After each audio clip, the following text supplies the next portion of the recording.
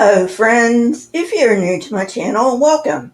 Why don't you go down and hit the subscribe button and tap the bell so you don't miss any of my episodes. For my fans and subscribers, welcome back. I really appreciate the patronage. Today's topic is the origins of Satan, early church leadership. I think you will find this highly fascinating. Around 90 CE, a letter said to have been written by Clement, who is widely regarded as being the second or third pope after Peter, was written to the Corinthian Christians. In this letter, Clement insists that the priests were the rightful authorities, though many did not recognize them as so. Apparently, the same people were objecting to the distinction between clergy and laity as, quote, unprecedented and unacceptable among Christians, end quote. To counter this claim, Clement claimed that the apostles were the first to appoint bishops and deacons.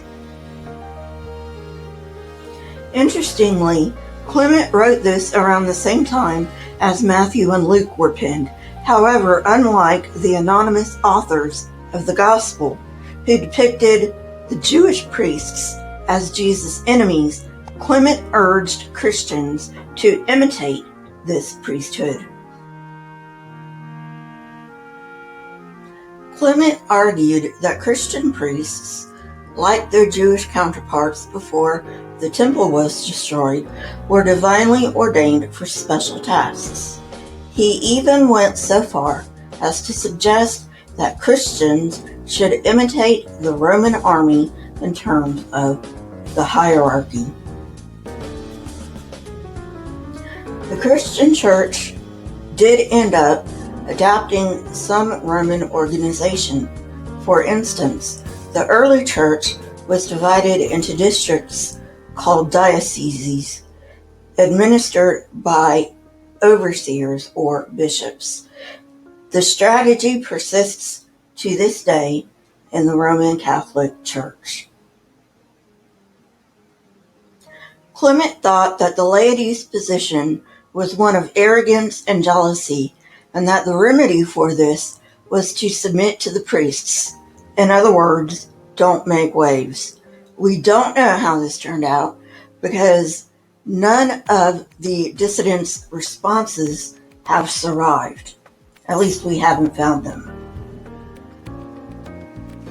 During the 2nd century, as this dispute continued, church leaders claiming apostolic succession copied this letter, then circulated the copies along with several other writings in a collection termed Apostolic Fathers of the Church.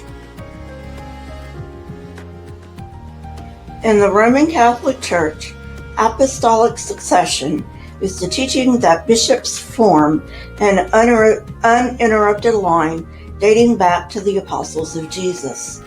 According to this teaching, bishops have certain powers that have been handed down from the apostles. These include confirming church members, ordaining priests, consecrating other bishops, and presiding over their diocese. Although we don't know the process of how the early church decided which writings made it into this collection, we do know that all the writings emphasize the authority of the clergy, as well as admonishing all to observe strict moral codes. Most Christians accepted the canon of the church tradition, as well as the canon of scripture that started to emerge. Writings found their way into the traditions collection sought to ameliorate some of the radical sayings of Jesus, such as you can't serve God and money or give everything you have to the poor.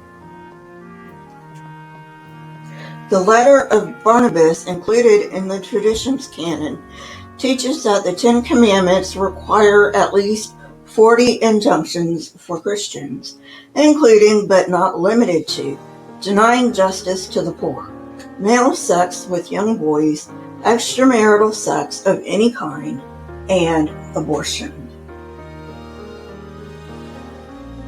These moral codes would come to dominate Christianity. Some of them even dominate today, like the injunction against abortion. And yes, we are talking about Barnabas, Paul's partner. The letter of Barnabas invokes the Jewish teaching of two ways. These are set within the context of God's Spirit contending against Satan. This letter urges Christians to be morally vigilant, and at the same time, it encourages the adoption of Jewish ethics. It also warns them not to fall into the Jewish ways. Most converts accepted such moralizing, but some rejected the advice.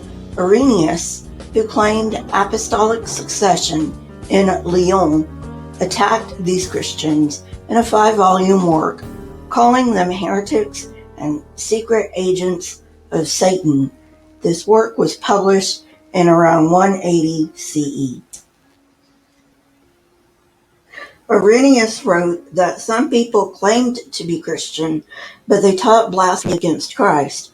Most Christians have taken Irenaeus at his word, believing that such Christians were deceptive. However, in 1945, archaeologists discovered the Nag Hammadi Texts, and these Christians were heard for the first time in their own words. Their own writings show that some had bizarre beliefs, but others were pondering weighty issues, such as what is the gospel. The anonymous author of Testimony of Truth believed that the Christians who had accepted the morality put forth by the Apostolic Fathers have fallen into moral error. He argues that only the person who comes to know both himself and the God of truth can be saved. Coming to know God can only come from renouncing everything in the world. Only this renunciation allows a person to put off the old self and become a new creation. Justin Martyr, an early church father, admired Christians who renounced the world and practiced celibacy, going so far as to praise those who sought castration. Although the author of the Testimony of Truth never mentions castration, he insists that only those who renounce the world, including sexuality, can find God. Most Christian churches regard this as a counsel of perfection, achieved only through monasticism. However, the author of the Testimony of Truth regards this renunciation as essential for all Christians. This author felt alienated from most Christians, whom he termed worldly. Upon reflection, he thought he understood what Jesus meant by leaven of the Scribes and Pharisees, Mark 8:15. He believed that this warning was not literal.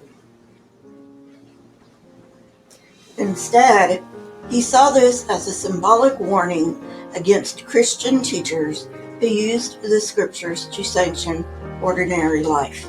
He felt that Matthew 23 was speaking of the majority of Christians who had been tricked into worshiping supernatural rulers who were not divine. This author thought that Jesus' words meant that Christians should shun the influence of the fallen angels. In fact, he states that the God most Christians worship is one of the fallen angels. In fact, the chief. This is, in fact, the Gnostic position. This position turns the Adam and Eve story on its head. It is the malevolent creator God who told them not to eat the tree and added a lie to boot. Accordingly, the serpent was actually Christ in disguise, and he led Adam and Eve to spiritual enlightenment. Another text found at Nag Hammadi seems to be a teacher answering his student's question. This text explained that the God of the Hebrew Bible is blind, ignorant, and arrogant. In the universe depicted, there is no devil because the God of the Hebrew Bible himself fulfills this role. Well, friends, that's it for today. I hope you enjoyed it. If you did, hit that like button, press the subscribe button, and if you want to know when I come out with new videos, tap the bell next to the subscribe button.